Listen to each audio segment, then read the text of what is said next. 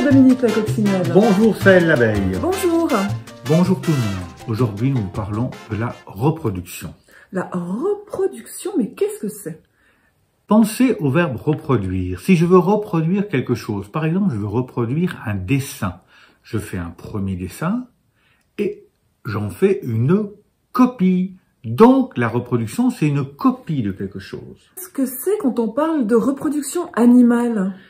Ça veut dire que les animaux essayent de faire une copie d'eux-mêmes. Par exemple, si je prends un cerf, qui est le mâle, et une biche, qui est la femelle, le cerf et la biche vont se mettre ensemble pour faire une reproduction, ça veut dire une copie d'eux-mêmes qui sera... Leur bébé, le faon? Exactement.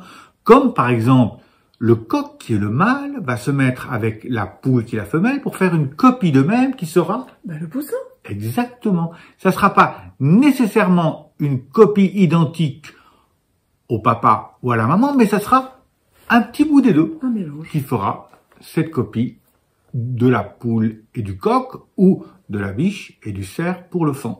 Comment vont-ils s'y prendre, ce mâle et cette femelle, pour faire leur bébé? Alors, il existe deux modes de reproduction. Ce qu'on appelle la reproduction externe et la reproduction interne. À l'extérieur et à l'intérieur. Exactement.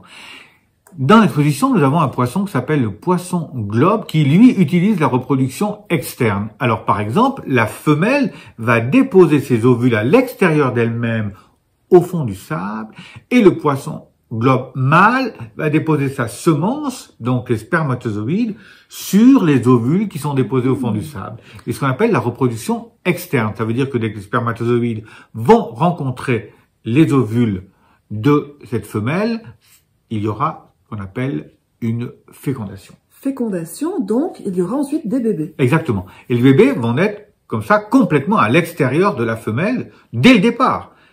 Ils ne sont pas protégés. Ils ne sont pas protégés, c'est un peu dangereux, c'est pour ça qu'ils en font beaucoup. Parce que beaucoup vont disparaître. Mais bien d'autres animaux vont utiliser une autre technique qu'on appellera la reproduction interne. Exactement, qui va se passer à l'intérieur et qui est un peu plus sécurisante pour ce qu'on appelle le début du bébé, l'embryon ou le fœtus. Alors, pour la reproduction interne, il faut ce que l'on appelle un accouplement. Ça veut dire que le mâle doit se rapprocher de la femelle pour que sa semence, ses spermatozoïdes, rencontrent l'ovule qui a été pondu à l'intérieur de la femelle. Si on prend l'exemple de certains oiseaux, le mâle a un orifice où les spermatozoïdes vont partir à la rencontre de l'ovule et ainsi permettre ce qu'on appelle une fécondation. Donc, pour certains oiseaux, c'est un peu comme une ventouse. Exactement. Mais c'est pas pour tous les animaux la même chose. Certaines espèces, beaucoup d'espèces, les mâles ont développé ce qu'on appelle un pénis, une excroissance, une tige qui leur permet d'amener leur semence au plus près de ce petit nid. Pour qu'il y ait fécondation, spermatozoïde, ovule. Exactement. Faut-il toujours un mâle et une femelle pour qu'il y ait reproduction, qu'il y ait un bébé? Eh bien non, il ne faut pas toujours un mâle et une femelle. Certains animaux, comme l'anémone de mer, se reproduisent toutes seules par une technique que l'on appelle la scissiparité, c'est-à-dire qu'elles se divisent et que ces deux parties deviennent elles-mêmes des individus à part entière, mais qui sont totalement identiques. On les appelle des clones. C'est tout un monde, cette reproduction animale. Mais il y a aussi la reproduction végétale. Les fleurs, les arbres aussi se reproduisent.